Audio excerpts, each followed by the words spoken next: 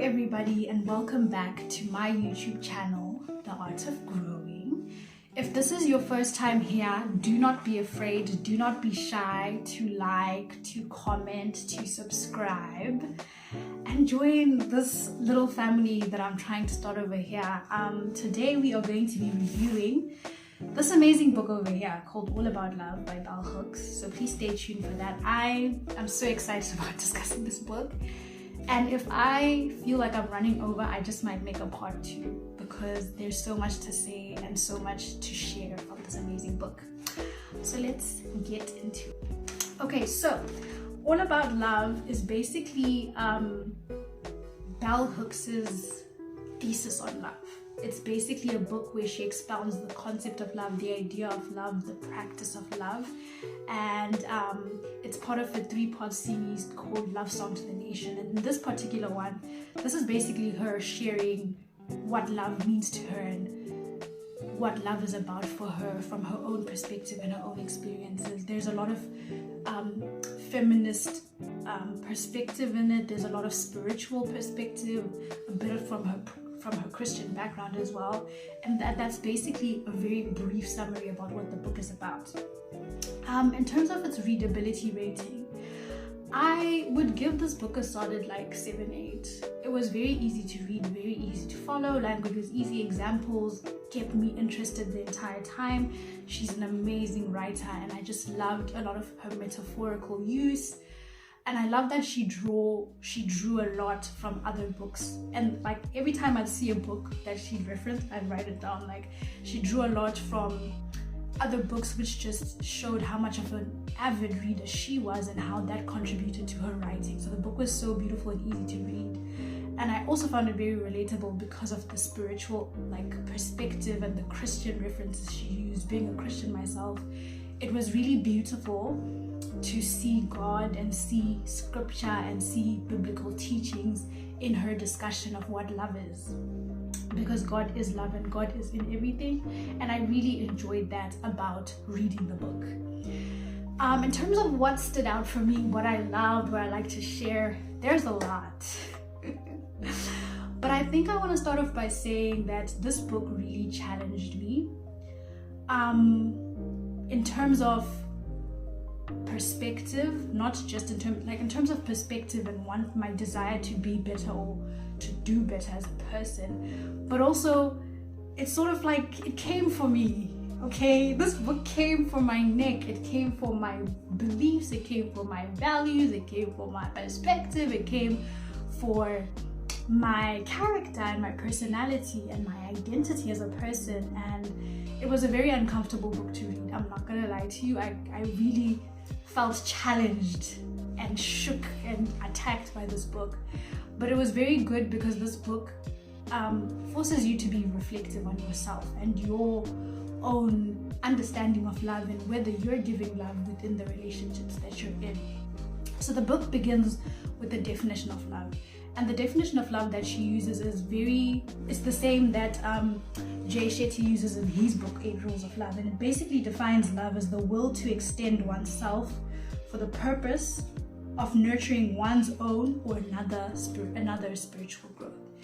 And basically what she does with this definition is she explains that love is more than just a feeling, and we hear that all the time, but she speaks about how love, or when we love, it speaks to our spiritual growth, not just the growth of our mind and our body, but also the growth of our soul. And true love is wanting that growth for yourself and being an active participant in another person's growth in that regard. And then this is where it gets a bit tricky, because she then goes on to explain everything that love is not. So Bell Hooks' perspective on love is very aspirational and very purist. And she begins by defining love and what love is, and then goes on to tell us that a lot of you people and a lot of the relationships you're in and a lot of the circumstances that you're in are not a reflection of love. She speaks about how they cannot be loved where there is abuse, they cannot be loved where there is neglect, they cannot be loved where there is no honesty, they cannot be loved when there is no justice, they cannot be loved when there is no respect. And it was very challenging because it was you begin to reflect on your own experiences as an individual from the love that you've received and also the love that you've given other people. And she goes on to this discussion about love and abuse and explains that a lot of us are probably in relationships that we are cared for, and a lot of relationships that people have affection towards us or respect towards us, but we actually are not in a lot of loving relationships or relationships that have love within them. And she speaks about how love and abuse cannot coexist. So she obviously speaks about it in a more like domestic abuse sense, but she goes on and she speaks about it in relation to parent-child relationships, and she speaks about the concept of abuse and neglect, and she talks about how a lot of our parents probably have a lot of care for us, a lot of affection towards us, but if we sit and we put a lot of the circumstances we find ourselves in with our caregivers against the definition of love, we cannot say that these relationships consist of love. And I really struggled with that definition and that understanding, because like I said, her perspective of love is very purist. And so she goes on to explain that if you've been in situations with your caregiver where they've emotionally or physically or financially neglected you, or you've been in a situation or position where there's been abuse, be it physical, be it emotional, be it verbal, all of those situations, then there cannot be love within those relationships. And I felt very about that, and I think to a degree I disagreed with it, because I think her understanding or her discussion of on love lacks a lot of nuance to a lot of circumstances, and also just to the idea of human nature. And you know, we think about even not just like our relationship with our caregivers, let's just think even within our friendships and relationships. You know, I think it's unfair to say that, you know, in a situation where you've neglected your friendship to a certain degree, or you've neglected your partner, then you do not love your partner, because we're human, and in our practice of love and our desire to love, we will fall short. But I don't think that takes away from the fact that love exists in these relationships. So I think I really struggled with that particular perspective or that particular discussion that she had on love. Like I said, she's very purist, and there's a section that she talks about punishment and love, which I found very interesting, because she speaks about how, you know, again going back to parent-child relationships, a situation where there's physical punishment as a form of punishment is not a situation where love exists, which I agree with, which I disagree with. Not that I'm team corporal punishment, like I'm team beat my children like a slave master, but I do believe in the concept of tough love, and I do believe that punishment and discipline are an important form of love. And I feel that Bell Hooks feels very differently in that regard. For her, children should be loved purely, freely, unconditionally, and the minute you add punitive punishment, you add punitive measures into raising them, you are making them feel like they're only deserving of love when they are right, when they do the right thing, and when they do the wrong thing, they receive punishment and love is taken away. So she basically speaks to this idea that she feels that punishment cannot exist in a space of love, and that children should be reared in a more gentle manner.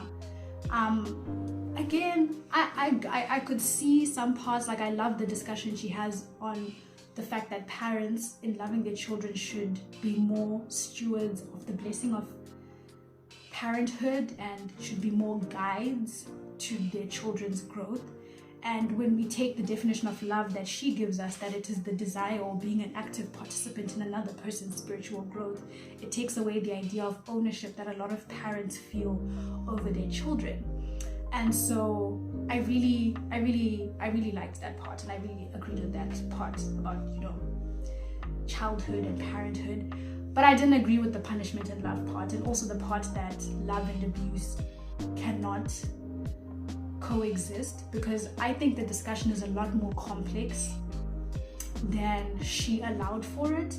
And I'm not condoning abuse, and I'm not saying abusers love or loving people, or you know when your boyfriend beats you and says he still loves. No, I'm saying that because of who we are as people, and because of our flaws and our weaknesses, a lot of the times love may not come out in the purest form.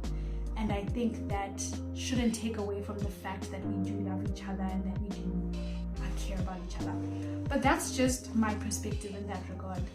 Please let me know in the comments what you think about that discussion and what your definition of love would be in that regard. But yeah, that's basically the first discussion she has, where she basically clarifies and gives clarity to what love is, and then basically goes on chapter by chapter to sort of demolish what love is not. So she speaks about childhood. I think one of the chapters is called Justice Childhood Lessons, and she speaks about that idea of abuse and neglect and punishment in child and parent relationships, and how in such spaces love cannot be said to exist. And then she does this chapter on honesty. That was very challenging for me as well, because she speaks about how truth-telling is an important aspect or an important part of love. And when we are not truthful within our relationships and we are not honest within those relationships, we cannot be said to be loving.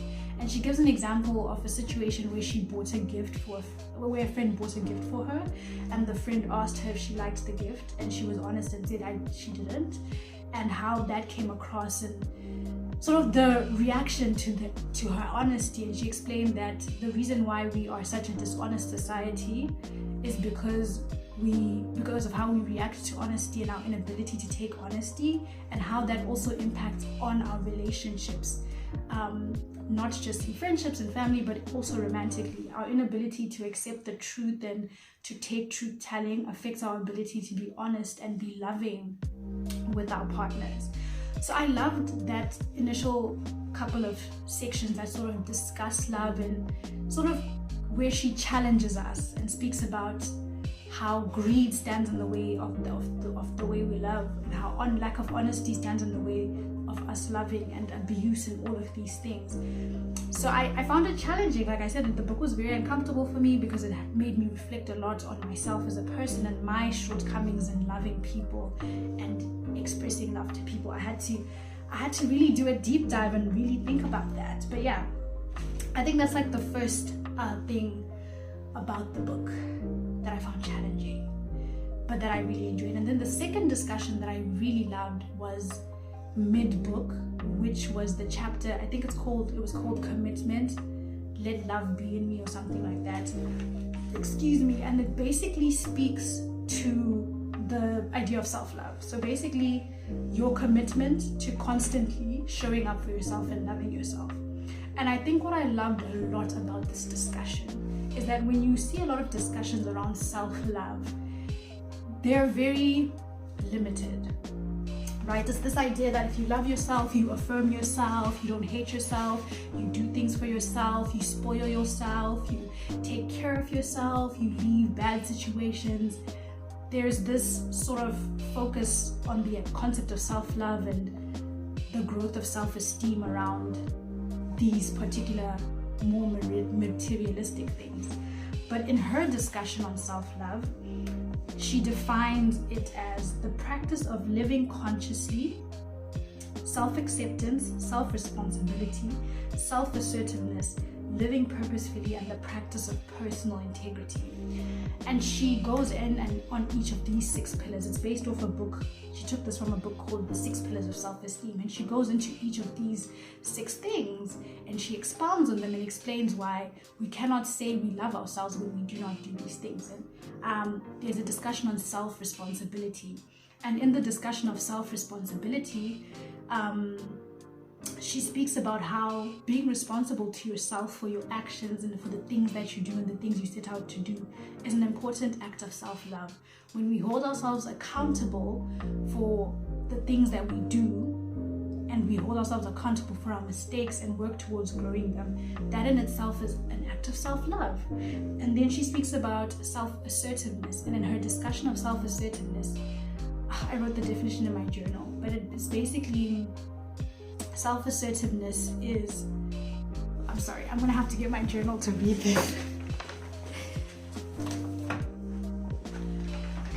But she basically defined self-assertiveness as the willingness to stand up for myself, to be who I am openly, and to treat myself with respect in all human encounters. And this definition really hit home for me because it made me think about all the situations, specifically romantically, when I haven't had respect for myself in those encounters, or I haven't stood up for myself and been true to who I am. And you know, like going back to self-responsibility, it's taking responsibility for the part that you played in allowing those things, and then being self-assertive enough to allow yourself not to be in those situations or in those human encounters where you do not respect yourself or love yourself enough to either check such experiences or to like walk away.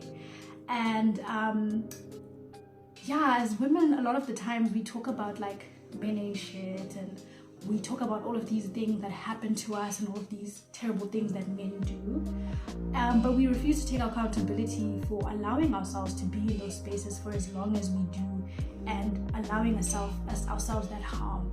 And we don't understand that a lot of those things come up from a space of self-loathing. When you find yourself in a toxic situation, in a toxic space, and you keep allowing yourself to be in that space, you need to think very deeply about how much you love and care for yourself. Because when you allow yourself to be in that environment, in that space, it speaks to a low self-esteem and a lack of love for who you are.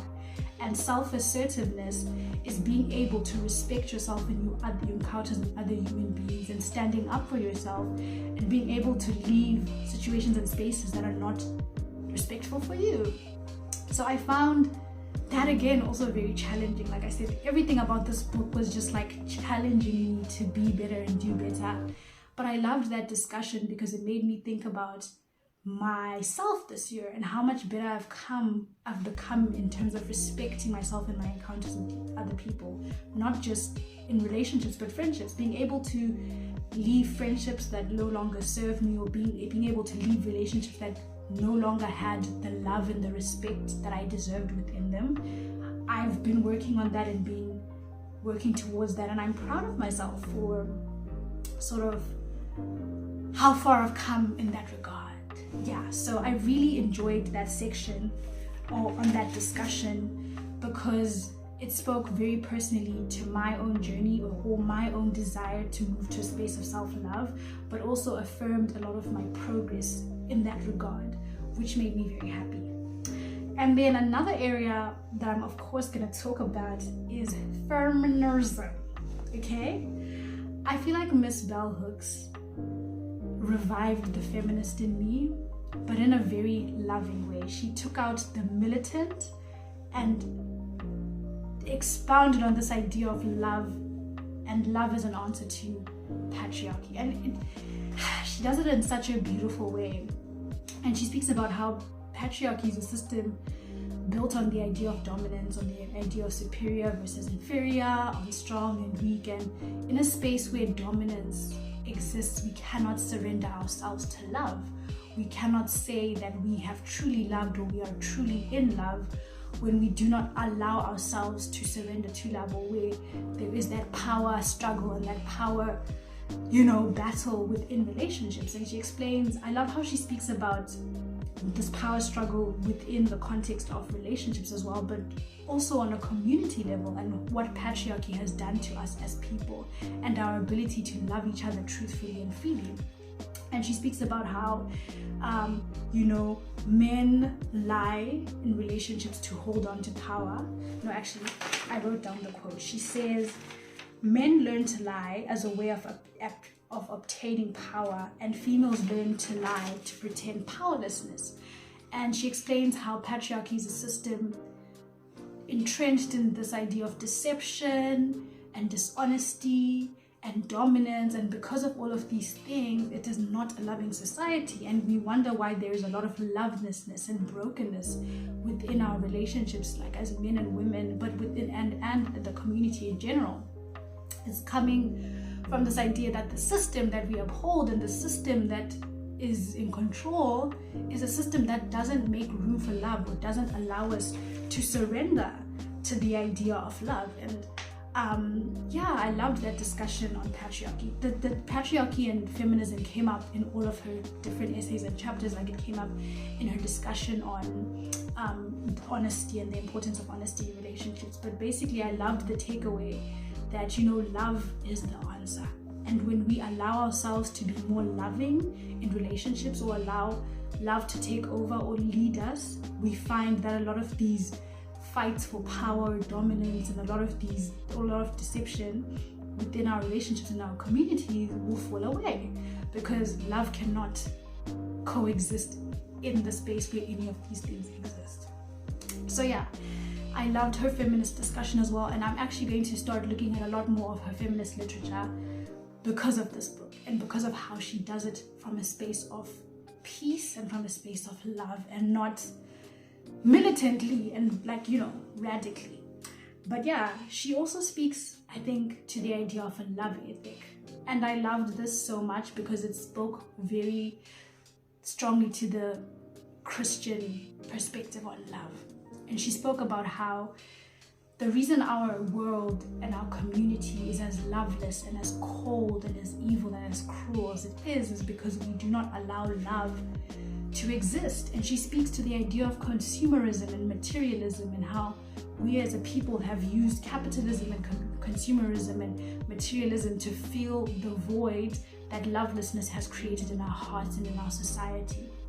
So because we are wounded and we are hurt and there's lovelessness, we turn to materialism and consumerism to sort of fill up that void. And that's why you have phrases like, you know, catch flights, not feelings, like only thing I need is the bag. Like, those ideologies come from a space of hurt and pain, where we've been let down so much within our society and our spaces, and lovelessness has become the order of the day, that we turn to these other things to sort of fill up that void. And then we create a society that is filled with greed, and a society where corruption and greed take over and become the order of the day. And she explains that if we lived love, or we lived a life where we had a love ethic, right? A practice of love in everything that we did, not just in our nuclear relationships, but even in the world, in our communities, in our workplace. Like, if everyone took it upon themselves to lead with love and be loving in that space, like, there would be a lot more transformation. And I love how she speaks about love on a transformative level, and she makes a lot of reference to the civil rights movement in America and how that was leading with love, right? And how that brought about, I mean, America is not a perfect society, of course, but how the basis or the intention behind that was to let love take over and stop racism and stand in the way of segregation and all of these other discrimination and all of these other things.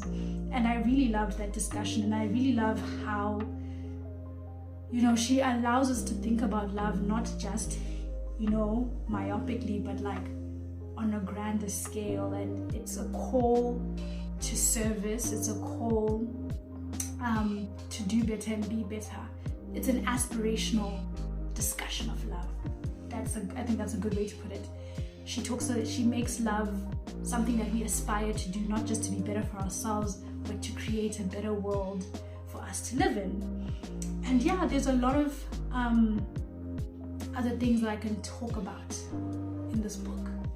But I think the last thing I'm going to talk about is her discussion on the fact that we all long for love. We all long for love. We all want love. It is our human makeup and design to desire to be loved and to love.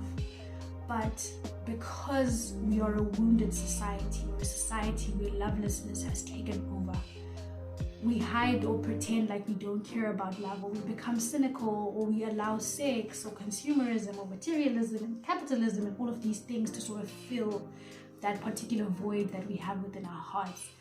And I absolutely love the metaphor that she uses, because she speaks about Jacob's story, and you know, she's building up on the idea of love and the love in Jacob's relationships, but there's a part where she's talking about when Jacob wrestled with God, and she speaks about how Jacob was on his way back to Esau, and so he was back to having to confront his pain, his shame, his disappointment, and his past.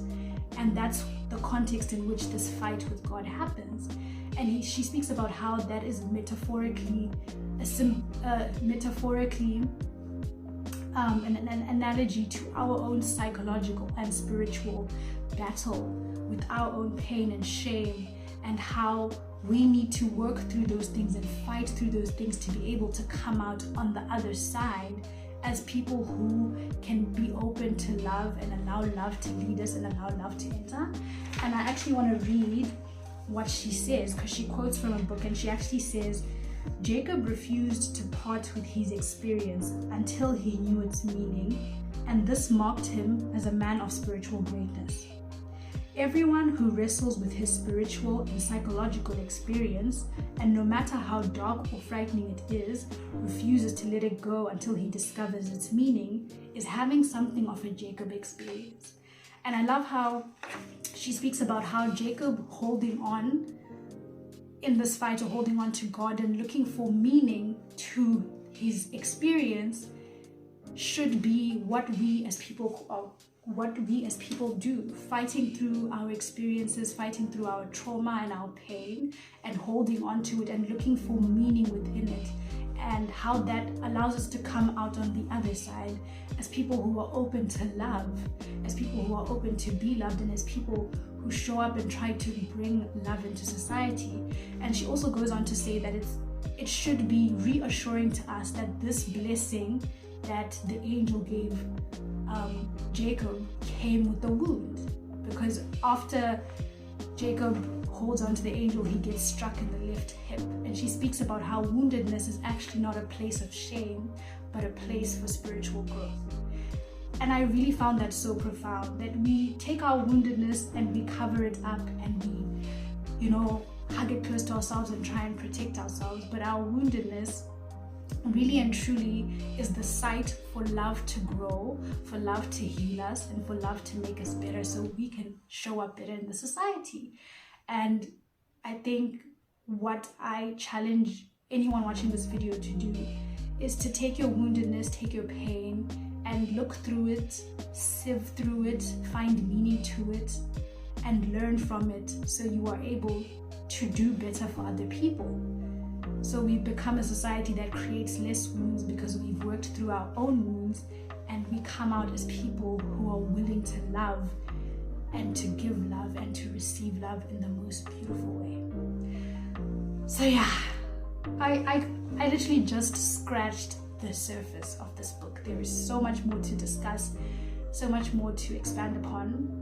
But I think I'm going to leave it there, because I want you guys to go and read this book for yourself. And I really want to start having discussions with people who read this book and like how it impacted them and what it meant for them. But yeah, this book was very challenging for me. It really challenged me and my practice of love, and made me think about it very deeply and think about how I want to show up in my relationships, not just in my relationships, but in society, how I want to love the world as a whole. So yeah, guys, thank you so much for sticking around watching this video. I hope I gave enough information for you guys to run out and get this book. But I also hope that even if you don't read it, there's a thing or two that you picked up from this that will help you. And yeah, go out and be love today.